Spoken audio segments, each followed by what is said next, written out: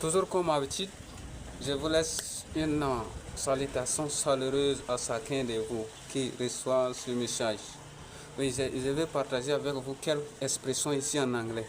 Et puis vous savez, anglais sans selon chaque phrase où on veut parler.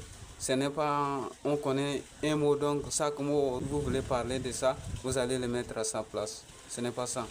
Par exemple, si on dit c'est moi qui ai fait, en anglais on ne dit pas it's me, I did. On dit what I did, simplement. What I did. Et puis si on dit c'est toi qui as fait, on ne dit pas it's you did. On dit simplement what you did. Si c'est nous qui avons fait, on peut dire que what we did. Ainsi de suite, vous allez continuer comme ça. Donc il faut bien prendre attention à parler anglais et puis changer des mots selon le lieu. Parce que l'anglais change selon les conversations. L'anglais ne laisse pas stable. C'est pourquoi elle est difficile à comprendre. Donc il faut être à jour avec les gens de comprendre. Désormais, si quelqu'un vous dit c'est toi qui as fait, on ne dit pas it's you who did ou it's you who do. On dit simplement what you did.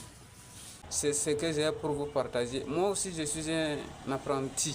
Si vous voyez des fautes dans tout ce que je disais, vous pouvez aussi me donner dans les commentaires. Ça va me permettre d'améliorer mon niveau d'anglais. Ce n'est pas ma langue. Tout le monde apprenait avant de devenir le champion. On ne devient pas champion le jour où on veut apprendre. C'est en apprenant qu'on va devenir demain celui qui est et puis celui que les gens veulent. C'est ça, un apprenti. Je vous remercie d'avoir regardé cette vidéo. Prenez conscience en vous. I apologize you to do all know this language for your secret tomorrow.